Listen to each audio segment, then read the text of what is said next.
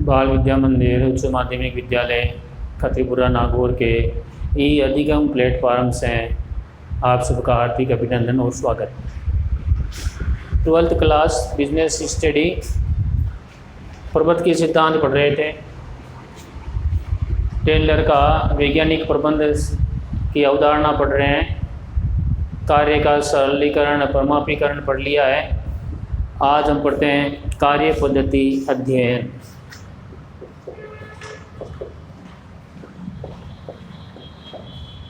कार्य पद्धति अध्ययन।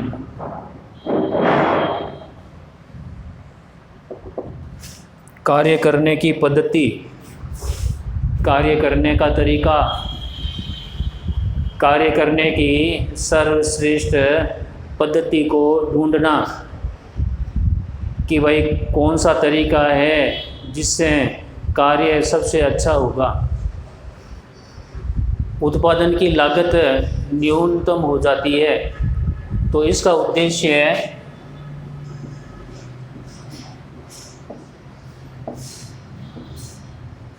कार्य करने के सर्वोत्तम तरीके को ढूंढना है।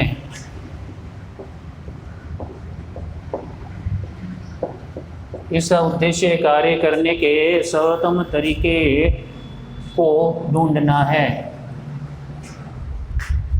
सर्वश्रेष्ठ कार्य पद्धति क्या होगी? कार्य करने की कई पद्धतियाँ होती है। क्रिया करने की कई तरीके हैं, कार्य करने के कई तरीके हैं। उन तरीकों में से सबसे अच्छे सर्वोत्तम तरीके को ढूंढना कार्य पद्धति अध्ययन कहलाता है। कार्य करने की कई पद्धतियाँ यानी तरीके हैं।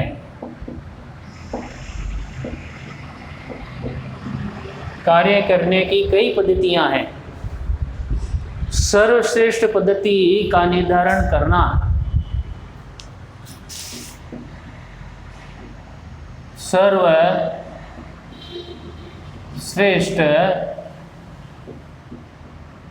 पद्धति का निर्धारण करने के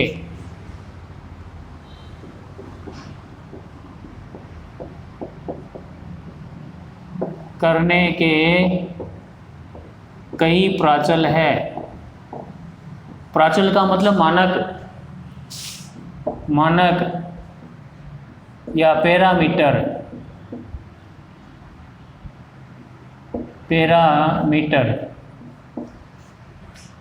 मानक पैरामीटर हम इसको पैमाना कह सकते हैं।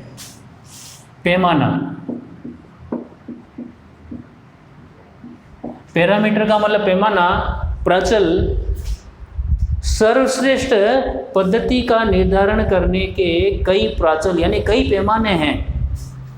अब कौन सा पैमाना काम में लेना है वो आपको निर्धारण करना पड़ेगा।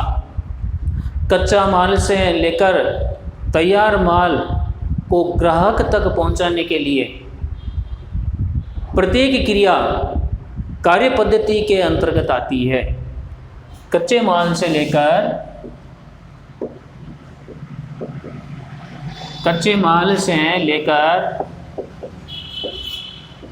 तैयार माल तक, तैयार माल को ग्राहक तक पहुंचाने, कच्चे माल को तैयार करना, फिर उस तैयार माल को ग्राहक तक पहुंचाने के लिए प्रत्येक क्रिया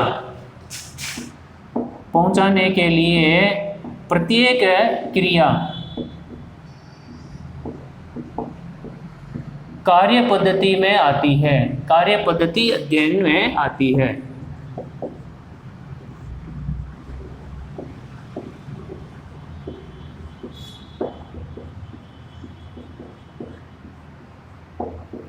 यानी कार्य पद्धति में क्या क्या शामिल है? कच्चे माल से लेकर तैयार माल को ग्राहक तक पहुंचाने के लिए जितने भी कार्य होते हैं, कच्चे माल को लाना, फिर उसको तैयार माल करना और उस माल को ग्राहक तक पहुंचाने के लिए जितने भी कार्य है वो कार्य पद्धति में आते हैं। टेलर ने कई क्रियाओं को एक साथ जोड़ने की अवधारणा बताई। टेलर ने कई क्रियाओं को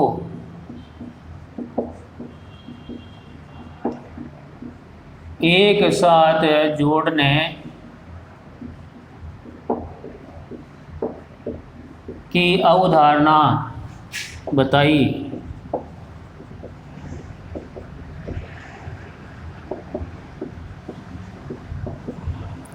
कई क्रियाओं को एक साथ जोड़ लीजिए जो समान भाव की है, जो समान स्वभाव की है, उन क्रियाओं को साथ जोड़ लीजिए, जिससे क्या होता है कि उत्पादन लागत न्यूनतम हो जाती है। इसका उद्देश्य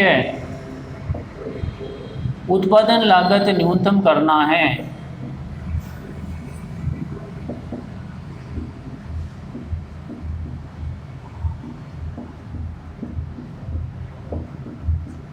इसका प्रमुख उद्देश्य उत्पादन लागत न्यूनतम करना है। यदि हम कई क्रियाओं को एक साथ जोड़ लेंगे तो अनावश्यक क्रियाएं भी समाप्त हो जाती है। ग्राहक को अधिकतम गुणवत्ता और संतुष्टि प्रदान करना है। इसका प्रमुख उद्देश्य है ग्राहकों को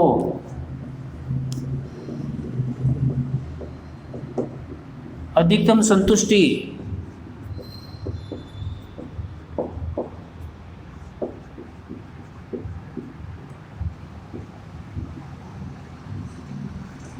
प्रदान करना, ग्राहकों को अधिकतम संतुष्टि प्रदान करना, ग्राहकों को अधिकतम संतुष्टि यानी ग्राहक पूर्ण रूप से संतुष्ट हो जाए, इसका उद्देश्य भी है।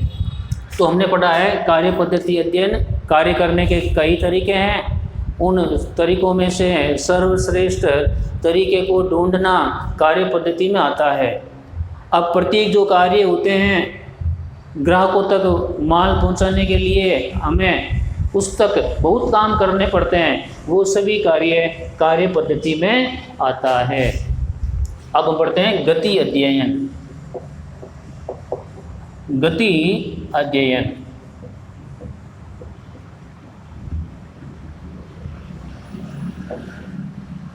गति का मतलब चेष्टाएं, शारीरिक गति। जब हम कोई भी काम करता है तो शरीर में गति होती है। वस्तु ऊपर उठाते हैं, गति है। वस्तु को नीचे रखते हैं, चलते हैं, मशीन चलाते हैं, शारीरिक गतियां होती है। ये सभी गतियों का, इन शारीरिक गतियों का जो अध्ययन है वो इस गति अध्ययन में आता है। कई बार क्या करते हैं, श्रमिक अनावश्यक रूप से कुछ चेष्टाएं करते हैं, अनावश्यक रूप से गति करते हैं। यदि वो गति नहीं करे तो भी काम होता है। उस गति का उस काम पर कोई असर नहीं पड़ता, अलबत्त समय व्यर्थ होता है। तो शरीर की कई क्रियाएं, कई चेष्टाएं, शरीर की कई मुद्राएं जो है वो उसका अध्ययन इस गति अध्ययन में किया जाता है। तो मैं यहाँ लिखता हूँ गति अध्ययन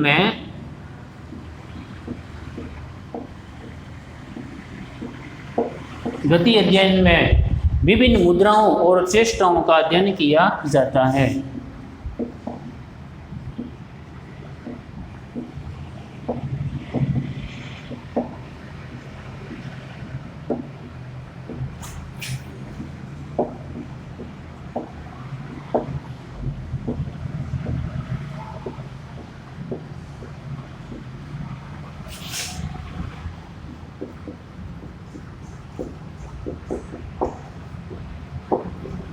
अब यहाँ पर एक शब्द आया है मुद्राओं। तो यहाँ रुपये पैसे की मुद्राओं के से संबंधित नहीं है, करेंसी से संबंधित नहीं है, नहीं वित्त संबंधी है।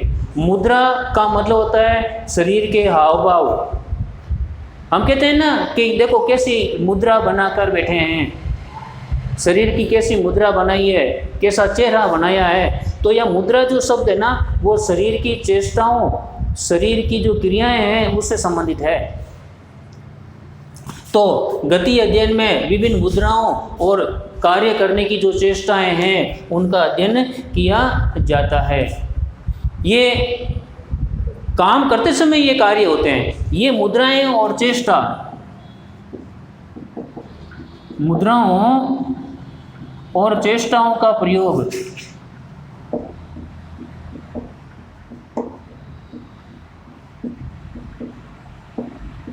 कार्य करने में किया जाता है।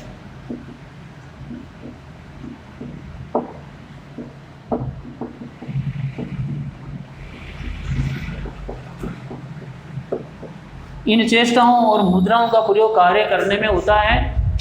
अनावश्यक जो चेष्टाएं होती है वो समाप्त की जाती है।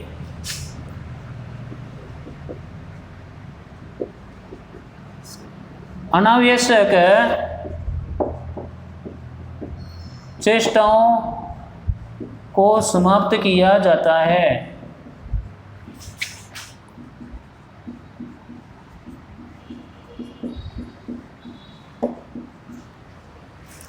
अनावश्यक चेष्टाएं इस गति अध्ययन में समाप्त कर दी जाती है। इसको अपनाने से उत्पादन 4 गुना बढ़ जाता है। इसको अपनाने से उत्पादन 4 गुना बढ़ जाता है।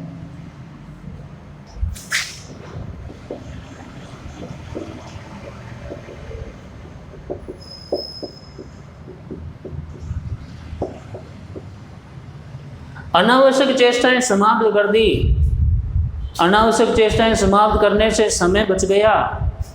उस समय का प्रयोग उत्पादन बढ़ाने में किया जाता है, तो उत्पादन 4 गुना बढ़ जाता है और लागत न्यूनतम हो जाती है। टेलर ने इसकी पहचान करने के लिए गति अध्ययन को नापने के लिए विभिन्न प्रकार की स्टॉप वॉच, वॉच यानी घड़ी, स्टॉप यानी रुकना, स्टॉप वॉच और विभिन्न चिन्हों और रंगों का प्रयोग किया। टेलर ने गति अध्ययन में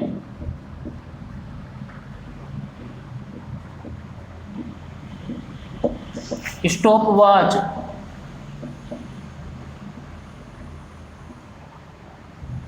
और विभिन्न चिन्ह और रंगों का प्रयोग किया।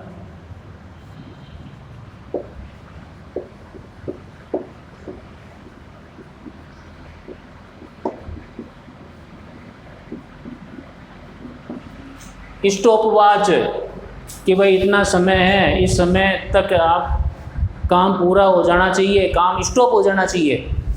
गति अध्ययन का नापन या मापन इससे किया जाता है। विभिन्न प्रकार के रंगों का भी इसने प्रयोग किया है। तो बच्चों, आप ये सभी जानकारी अपनी नोटबुक में अवश्य लिखें।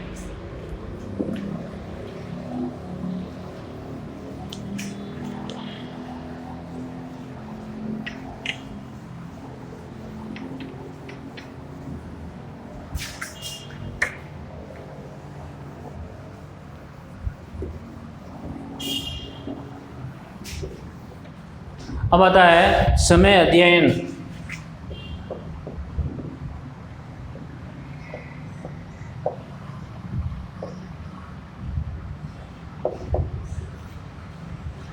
समय का अध्ययन, कार्य को पूरा करना है और कार्य को पूरा करने के लिए आपके पास में इतना समय निर्धारित है।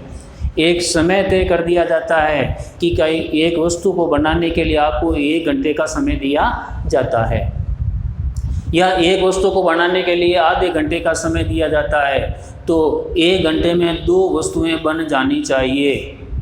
समय का अध्ययन करना कार्य को पूरा करने के लिए ये मानक समय का निर्धारण करता है। कार्य को पूरा करने के लिए समय का निर्धारण, एक मानक समय आपको दिया जाएगा काम करने के लिए। उस मानक समय में आपको कार्य पूर्ण करना है।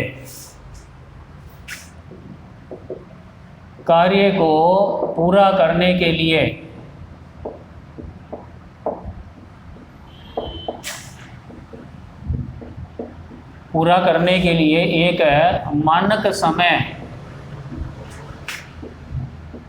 एक मानक समय निर्धारित किया जाता है।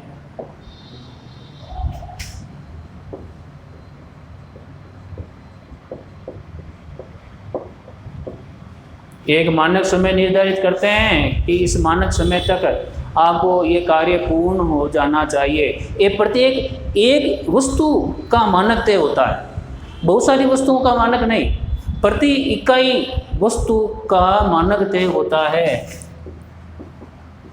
प्रति इकाई यानी एक वस्तु का मानक तय होता है, प्रति इकाई या एक वस्तु का मानक समय तय होता है।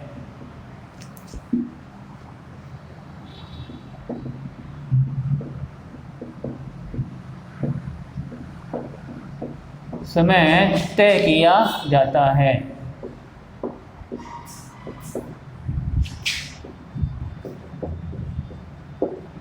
तय समय में उतनी वस्तुएं बन जानी चाहिए। एक श्रमिक प्रतिदिन कारखाने में 8 घंटे काम करता है और 1 घंटे का विश्राम उसको मिलता है, तो कार्य करने के जो घंटे हैं 7 घंटे मिलते हैं। अब इस 7 घंटे में उसको कितनी वस्तुएं बनानी हैं वो पहले से तय कर लिया जाता है। मान लीजिए एक वस्तु बनाने में 20 मिनट का समय लगता है, तो वो 1 घंटे में 3 वस्तुएं बना लेगा। तो एक वस्तु का मानक समय कितना हुआ? 20 मिनट। एक वस्तु का मानक समय 20 मिनट हुआ, 1 घंटे में वो 3 वस्तुएं बना लेगा। इस तरह प्रतिदिन 7 घंटे जब वो काम करता है तो 21 वस्तुएं बन जानी चाहिए। वो 21 वस्तुएं या 7 जो घंटे हैं वो 1 दिन का मानक समय है। तो इस तरह टेलर ने समय का अध्ययन किया और समय का अध्ययन करने से लक्ष्य प्राप्त हो जाते हैं कि एक दिन में हमें कितना लक्ष्य लेना है या प्राप्त करना है। इसके लिए उन्होंने विधियों का भी इस्तेमाल किया। कार्य के प्रत्येक घटक के लिए समय मापन विधियों का मापन किया जाता है। कार्य के प्रत्येक घटक के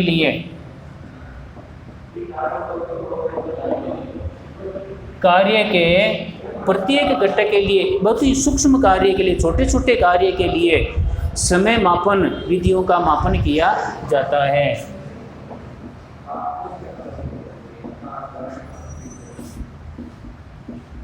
विधि का प्रयोग किया जाता है।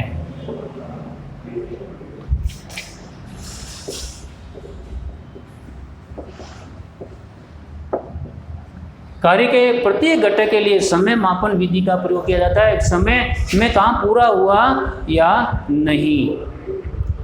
समय अध्ययन में हमें कितने कर्मचारी चाहिए ये हमें पूर्ण रूप से जानकारी मिल जाती है। समय अध्ययन में ये पता चल जाता है कि हमें कितने कर्मचारी लेने हैं, कितने कर्मचारी को रखना है, श्रम लागत क्या होगी वो भी निर्धारित हो जाता है। समय अध्ययन का उद्देश्य है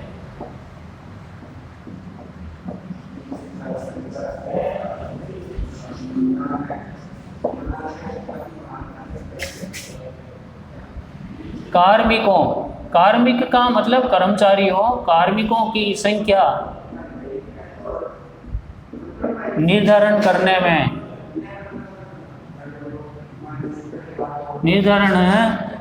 में उपयोग किया जाता है।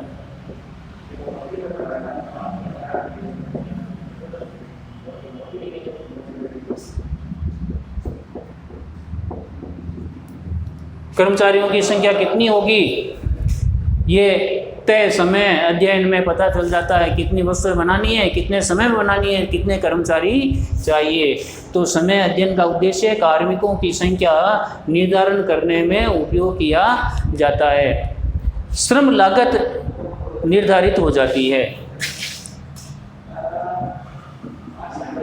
श्रम लागत भी निर्धारित हो जाती है।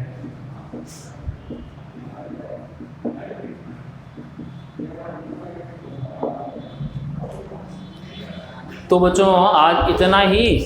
आप इन सभी जानकारी को अपनी नोटबुक में अवश्य लिखें। आप सभी घर पर स्वस्थ रहें, सुरक्षित रहें। धन्यवाद।